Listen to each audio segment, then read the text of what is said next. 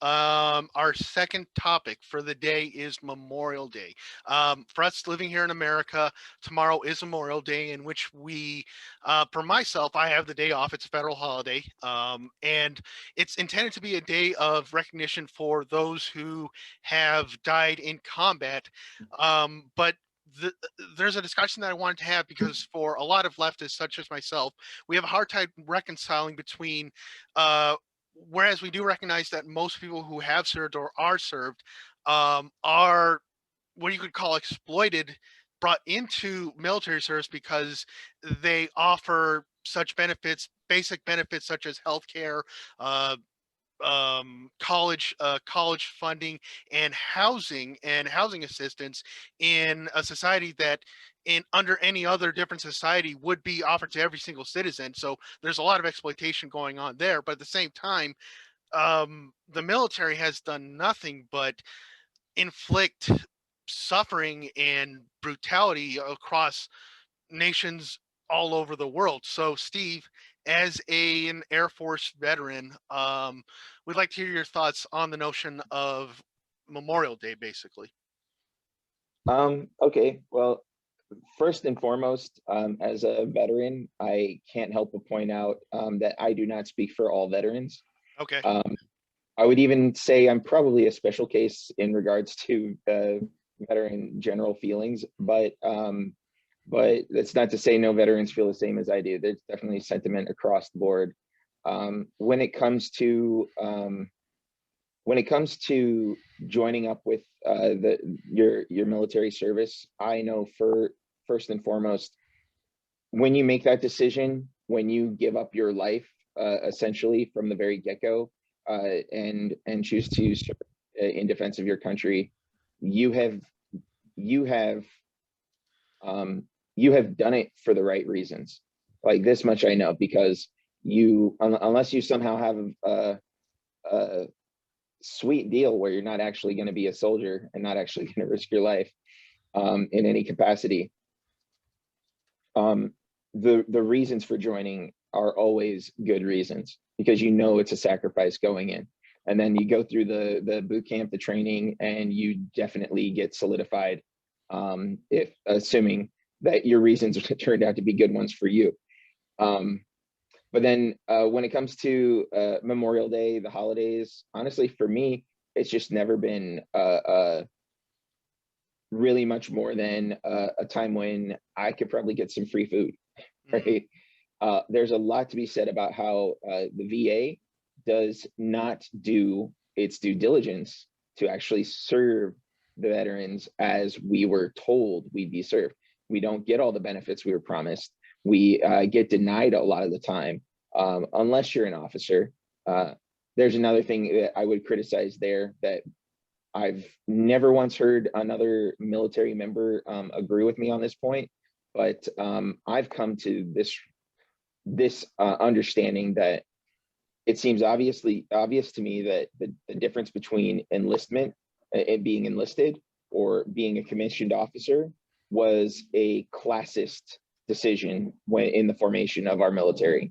You have the lower class to do the enlisted work, and they can only go so high. And then maybe you get to be a non-commissioned officer. You're still kind of respected as an officer, but you're not exactly forced to be saluted to everywhere you go. And you're given authority to, if not train the butter bars and hold them to account. That's a gold bar, second lieutenant. Low, like right after cadet, you got second lieutenant, gold bar, butter bar. You maybe go to a colonel or higher ranking officer to help discipline if they get out of line, but that still keeps us in these two different separate groups.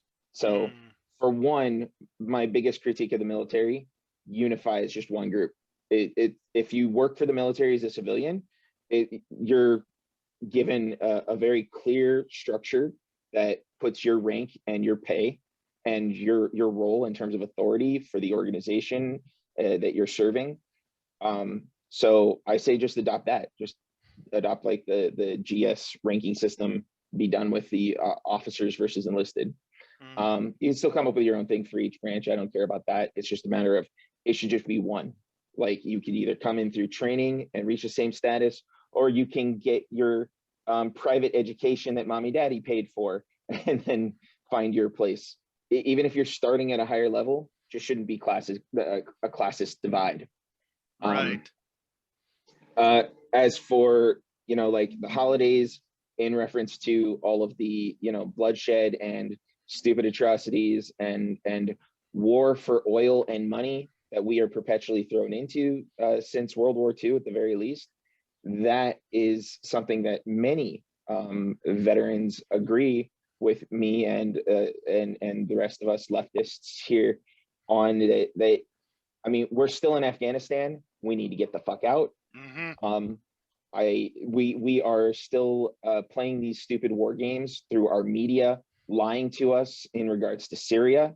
And if honestly, I would even say if your argument is for humanitarian needs out there in the world, first fix the humanitarian needs here in the US, and then with care, we could go fix the rest of the world. We do not need to be the police of the world. I say I would even, if I was in charge, pull us out of Germany, out of Japan, out of all of these footholds that we've gotten ourselves into. And unless those countries vote as a country to keep us there for their protection, um, even then, like we should deserve a chance to vote whether or not we want to pay Hmm. for like the military protection of these countries.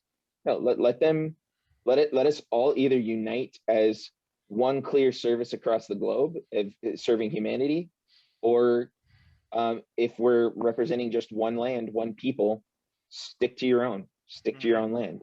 You don't need to be occupying any of these territories. Yeah. So anyway, I could go on. Floors, floors open. Anybody have any other questions or thoughts on this matter? Did anyone catch the controversy with Hmm. Vice President Kamala Harris posting us like a photo and it said "Enjoy the long weekend," and a lot of people are kind of pissed at it. And my gut reaction was like, "This is kind of just like purposefully." I mean, not to say that Kamala Harris isn't complicit in like the military-industrial complex to some extent, not even like especially I would argue. But to me, it was just kind of like um, I read it as like conservatives trying to purposely misconstrue, but I don't know. Maybe I was being a little too charitable. I don't know. I was curious. As a civilian myself, who, like I said, I do have tomorrow off. I think for a lot of civilians, we do equate Memorial Day more so as a holiday than we do with military service. But I would say that much like other holidays, that's what you could call the secularization of certain holidays, basically. Like I mean, July 4th is going to be in a couple months away, and for a lot of people, it's an excuse to go out, barbecue, shoot fireworks, and they don't give two fucks about the about patriotism, basically. Now, Kamala Harris is a whole nother issue. She is a very, I could go on about how she's been our state's top cop and how she's done Yeah. a lot of. Oh boy. Oh yeah, oh yeah, oh yeah. A But physical representation of the school to prison pipeline. Yeah. oh yes, in fact, fun story. I live here in Chino, Chino Institute for Men, one of the biggest prisons in the area, and Cal Fire. There's a Cal Fire Institute. For decades, prisoners train as firefighters so that they can work their way into getting out of prison earlier or even get higher pay. They're the ones who go up and down into the mountains and the hills to fight fires, and Kamala Harris has done everything in her power to pay them even less than starvation wages. So she is not a good person, folks. But Mm. I do think that as callous as she's been towards prisoners in this state, is there any surprise that she's so callous against veterans? I mean, come on now, people. So do you interpret that as callousness, or what I are they? do. Okay, fair. Well, that's what you get with liberals. I mean, they're in, they're perpetually I callous. like my thought was like, yeah, she probably should have like put more. Yeah. I don't know. I just Maybe I'm being too much of a. It's because they're so removed from the general day-to-day realities of the country that their priorities aren't exactly where everybody else's are. So Yep. they seem distant. Yeah, I'd say that's more an issue of the upper class. I mean, Kamala Harris is she's just straight up a spoiled little shit. Yeah. She's like a worthless member of the upper class society that's been, having her ass wiped for her throughout her life, and she's become completely psychopathic about it. She doesn't care about the people she hurts. She Yeah. just gets her cake and eats it too, and that's all that matters to her. A side note about Kamala Harris, and I do want to move on. She is the child of devout Marxists, of devout, of devout, real leftists. Basically, her. What happened then? Well, I'm going to point out that her and Pete Buttigieg's parents are also devout leftists and Marxist ideologues as well. They wanted careers, is what they wanted. These kids wanted money. They wanted money. Fuck. Do you fuck think their continue- parents are like, what happened? I know This is for how we raised you. I know for a fact that Kamala Harris's parents have maybe not to her parents, but somebody within her family has spoken out. So, but that's another can of worms. But I kind of wanted to bring it back here in that, I'm glad that you were here, Steve, to speak on this because, I, when I became a leftist, and I should say, as, to be born again from being raised religious and now completely secular and leftist, I've come to terms with the fact that I feel really uncomfortable saying to a veteran, thank you for your service, because what has the veteran got out of it and what have they done? A third of all homeless people throughout the nation are veterans, for one thing. And for another thing, like, I don't want to put this on you, Steve, but, a lot of veterans have done unspeakable shit across overseas, basically, and they do have to live with that.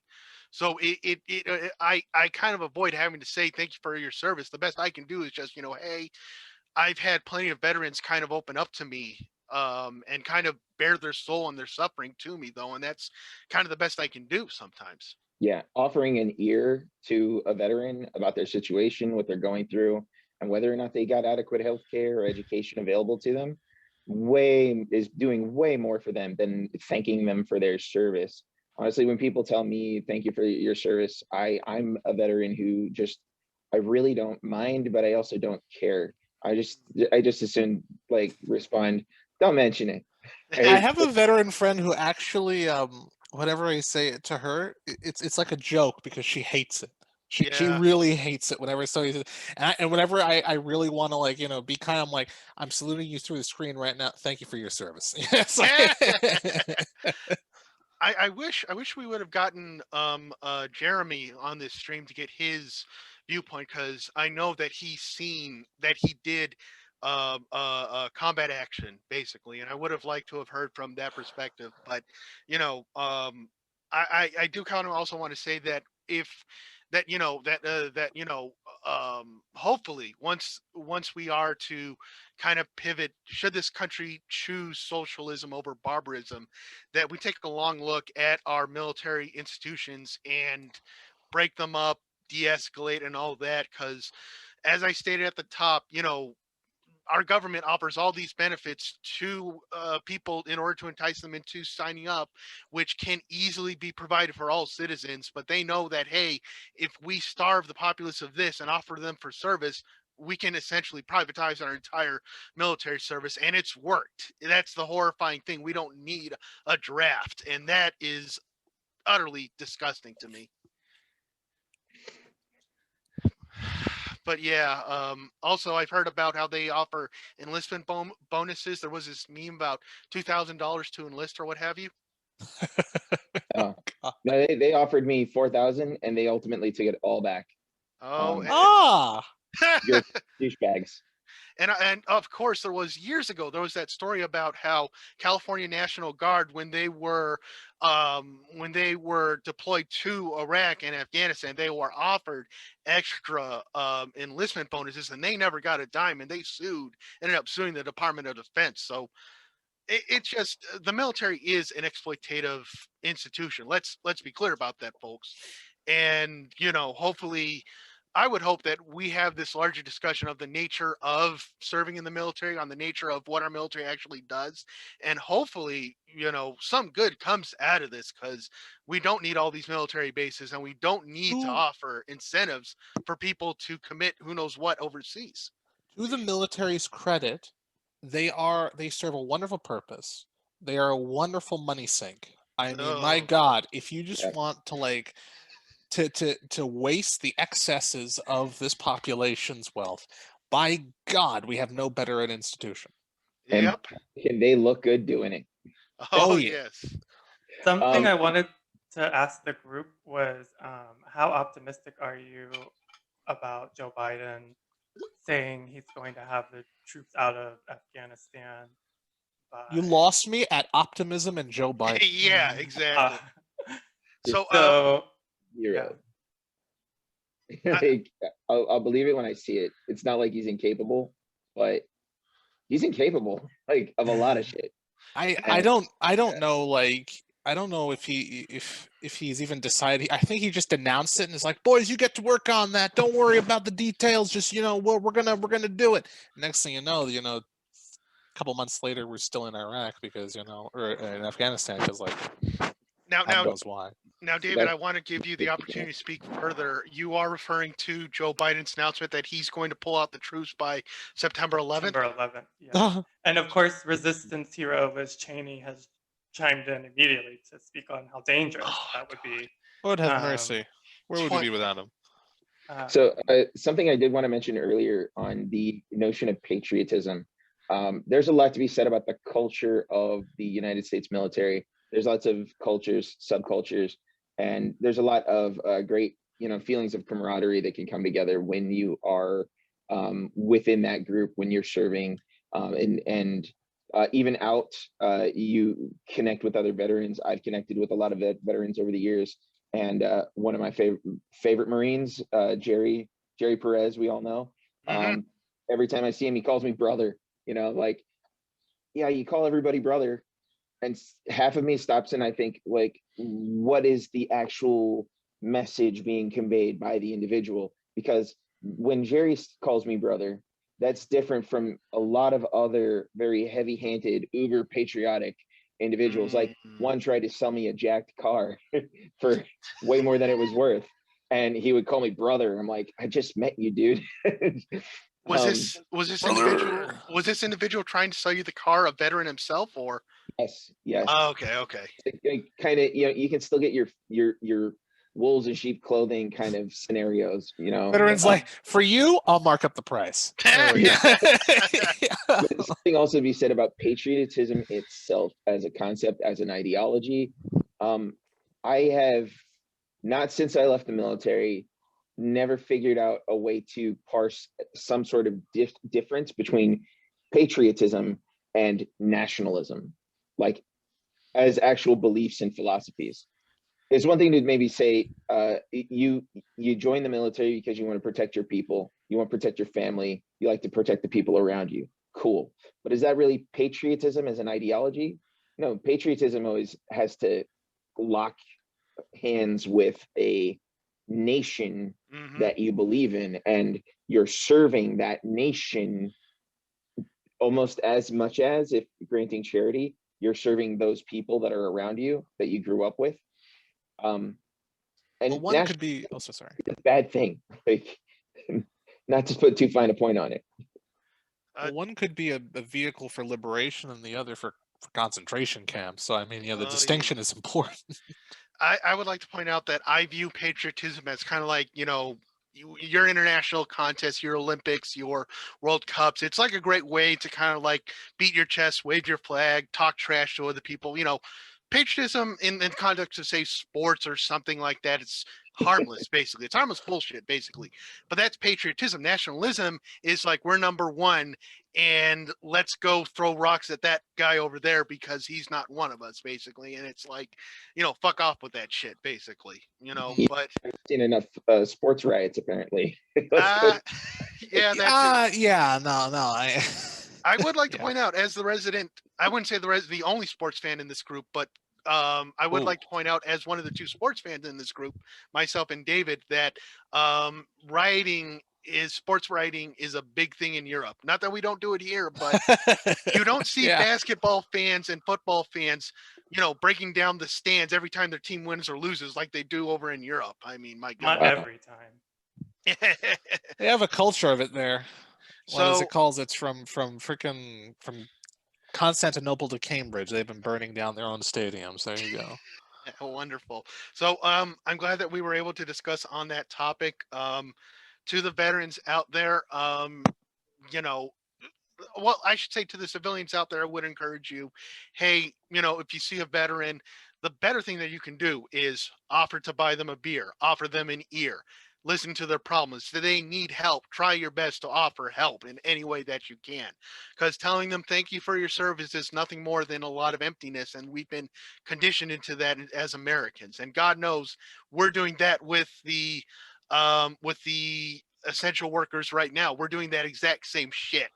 So, if you really want to help a veteran, give them an ear and help them out, basically. Don't just say empty platitudes.